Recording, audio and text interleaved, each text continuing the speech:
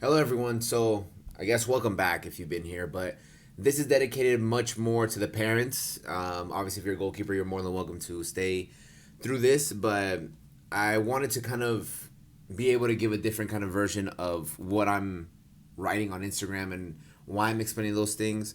So, first of all, the latest post that I've done is what to do for preseason. And I think this was a massive topic that a lot of times I didn't know as a goalkeeper what to do. But when I became a Division 1 coach, when I then worked with the pros, it was always interesting on what our preseason was going to look like because it almost seems like we would just hand that over completely to whether it's our weightlifting trainer or whatever trainer that club may have.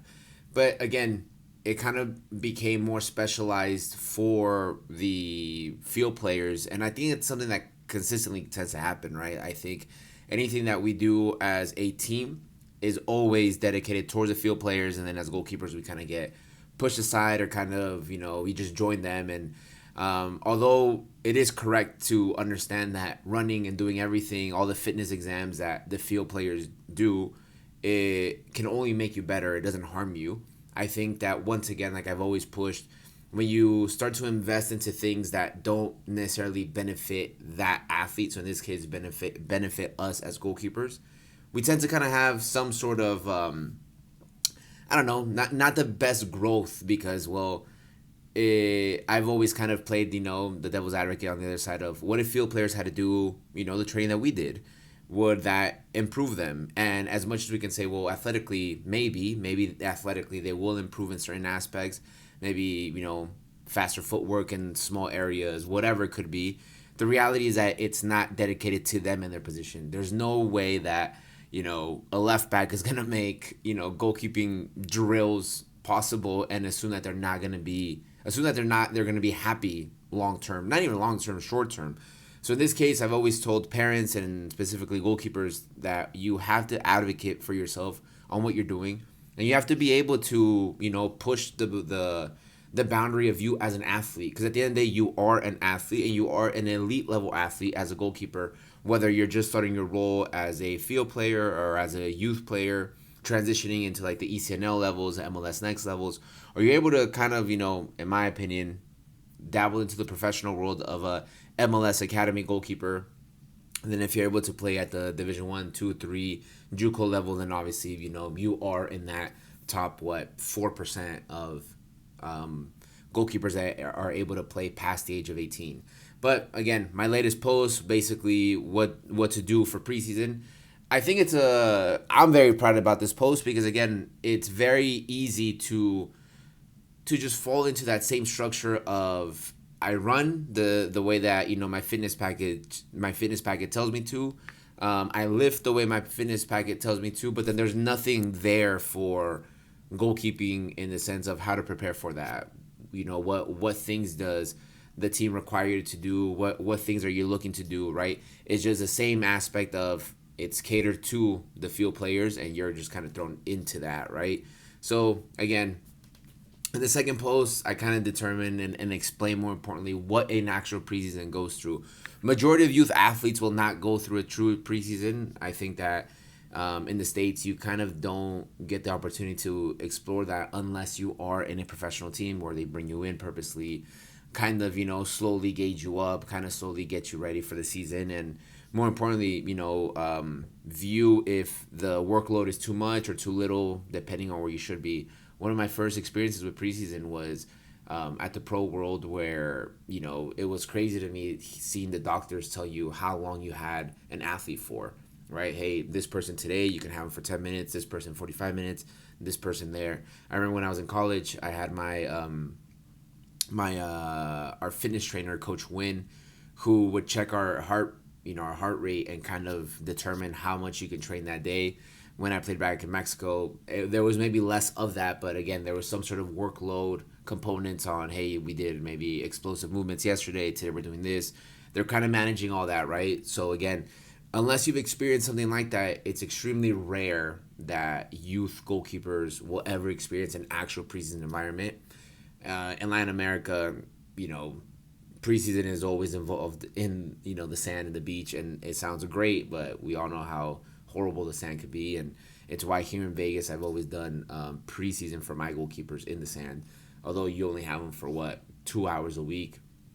There's an actual preseason. I mean, you're doing 2 to 3 sessions per day. You're talking about 4 sessions, maybe 4 hours, maybe 6 hours per day of sand training, and then like field training, right? So you can probably do at the minimum 2 hours per day on sand, 2 hours on the field, or vice versa. Maybe you do 2 sessions in sand and then another session on the grass. So those are things that I kind of explain on what's going on, which I think it's very important and extremely vital for goalkeepers and especially parents to understand how important a preseason is. You can't just end playing, let's say in the US here, we end in May.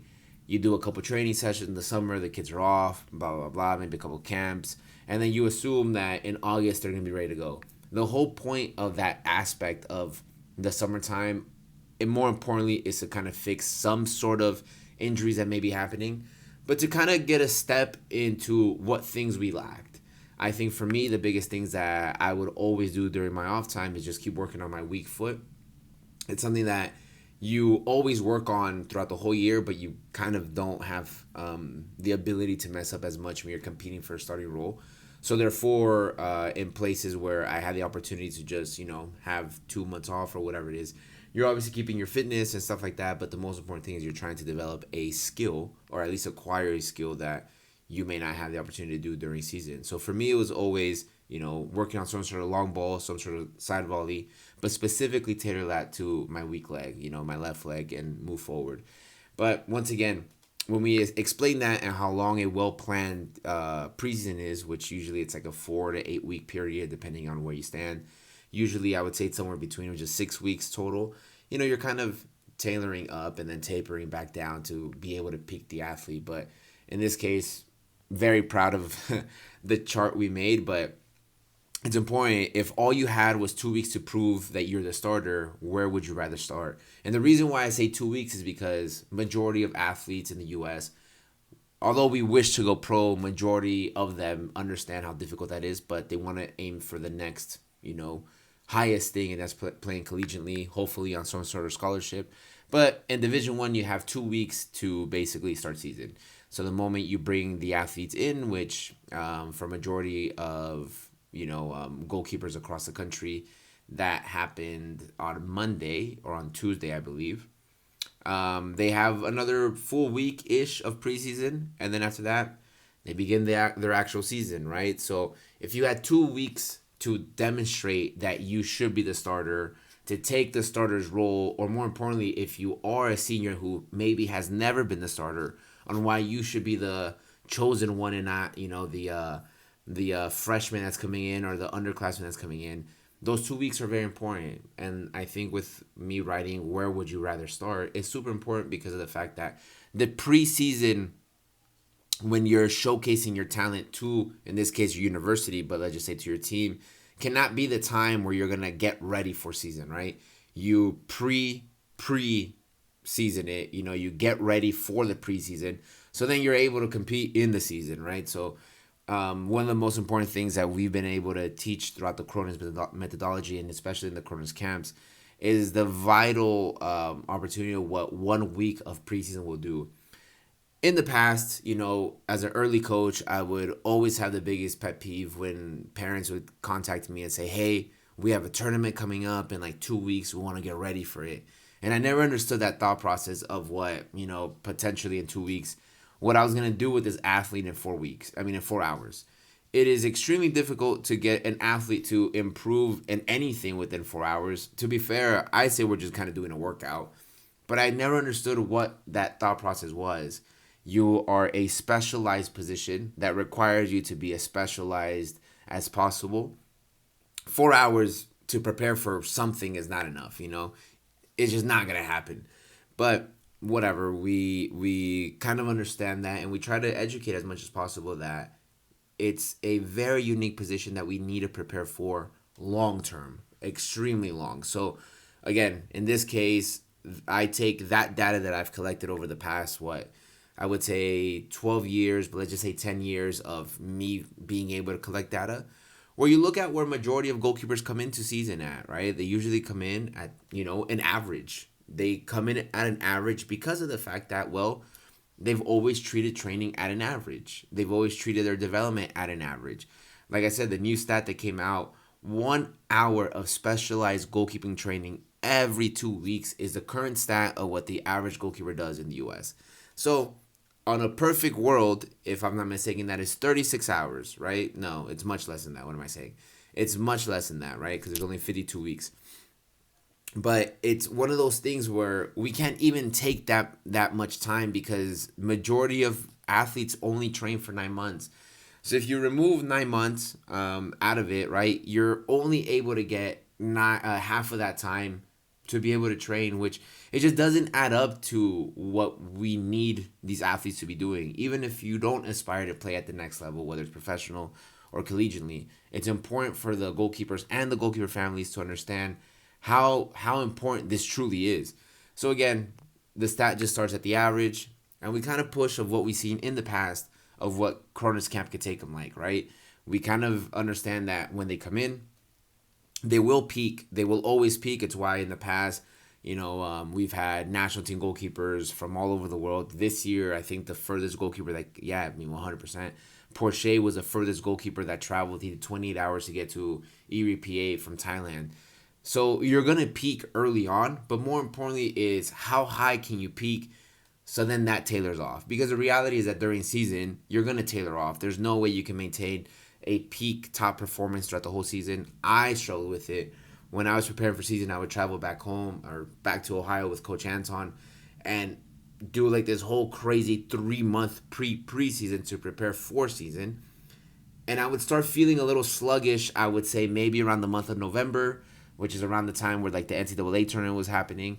But it allowed me to do that. My first year, when I did go into college, I wasn't able to have the opportunity. And I would say that I started feeling sluggish probably into September, which is not the best because you're a month in, but it's just a different training environment, which is what made me do the following year of 2014 a whole different approach of I left home in May and came back the week before UNLV had requested us to arrive, right? So it was a whole 2.5, 3-week, 3-month preseason that I did with Coach Anton, which again, it's extremely vital for anyone that's out there to understand how difficult this truly is to be able to show up and prepare.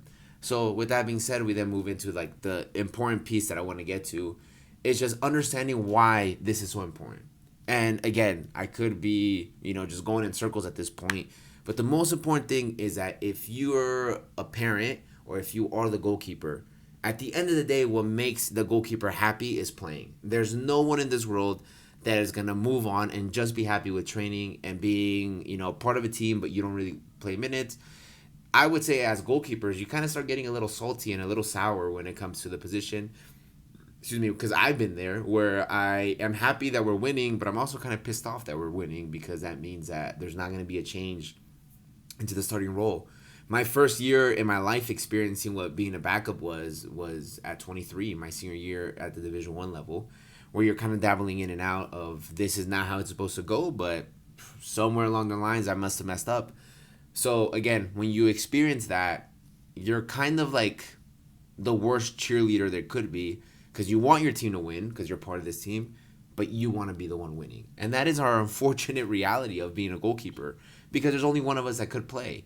So it's important for me to kind of get that across of like the ideal way for you to prepare to have a good season is preparing with the things that you can't control, preparing with the good preseason, making sure that you can achieve the goals that you're trying to get to in the preseason environment, so that when you show up to preseason, you're just ready to go, right? At camp, we have this idea that Coach Anton came up with of we wake up the athletes super early for the first training session. That way we get the sluggishness out of that, right? The first training session is maybe not as intense. It's still very intense, mind you, but it's not like they're diving, they're not performing. They're just doing some sort of, physical activity to get the body flowing, the mind flowing, to get them up. That way when we bring them in at the actual training session of 8 a.m., they're ready to go, right? They're activated. They're good. They're not sleeping. They're not coming in sleepy. There's not a potential of an injury coming. but it's kind of what a pre-season is. You're preparing, you're getting in that rhythm so the body's ready to peak when you're performing, because at the end of the day, there's like three aspects when it comes to a season at the collegiate level, but it's what you could treat at any level. There is the preseason, which is where you are basically showing the talent that you have, so that way you can be determined as the starting position. Then you're keeping your position throughout the whole season, making sure that no one can take that away, because there is an opportunity for you to lose it by mistakes, by injuries, whatever that can happen. And then the final stretch of the season, which is usually around playoffs, NCAA tournament, state cup, whatever you're doing at whatever age. And then there's that part, right, where it's a accumulation of all season and making sure that you're able to be ready to go and perform where things get remembered. We always remember the beginning of a season and the end of the season. In the middle, we don't really remember much, but you always remember that, right? Because you remember whether you won a championship or you lost a championship. But I think in the seasons where you didn't do so good, people just kind of tend to forget those things because they're not highs nor are they lows of a peak. But it's just important to understand how competitive this position is and how important it is for the parents to that. I always tell parents that if your child chose to be a goalkeeper, it must be already difficult if you didn't play soccer and then your child chooses to be a freaking goalkeeper, because I couldn't imagine not knowing this sport and then not knowing at all, because most people don't, even if you played your whole life, not knowing anything about goalkeeping, right? It's like if I could only imagine if tomorrow I have someone that plays football and they choose to be quarterback. I don't know anything about football, but I don't know anything about quarterback either at all. So you're just kind of hoping that the information that you're receiving from the people that you trust is the best one. But in this case, preseason is extremely, extremely difficult to manage for goalkeepers, because you're managing fitness exams that you're going to be treated as a field player. But you also need to understand that you're going to only really be judged by your goalkeeping ability. And it's one thing that we've always tried to teach to our goalkeepers of, I understand, I get it, you want to be and do everything that your fitness packet is doing, but no matter what you do, they're not going to care about how much you're squatting, how much you're benching. They're not going to care about how fast you can do this beep test. They're not going to care about all that. But what they will care is how good and how better you get of your technical, your tactical, and then at that point, your composure and your abilities in goal as a goalkeeper. That doesn't mean don't do your fitness packet. I was able to pass every single one of my fitness tests in the past, but I wouldn't really put that much emphasis if I was to do it again on making sure that I could, squat 325 pounds like Coach Wynn had me doing when I was at UNLV. It was just not beneficial at all. But I wouldn't say not beneficial. There had to be some benefit, but I could have used that time and hours of squatting into something else. Even something like running like the 2 mile mark, or I think it's a Cooper test of the 2 miles under 12 minutes. It's easy. That wasn't like the hardest part in the world.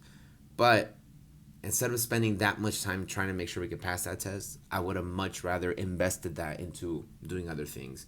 Especially if there was someone that could have guided me on the coaching staff of, hey, we're not going to do this sort of fitness exam for you. We're going to do this one that is more tailored to your position and what you should be doing as a goalkeeper.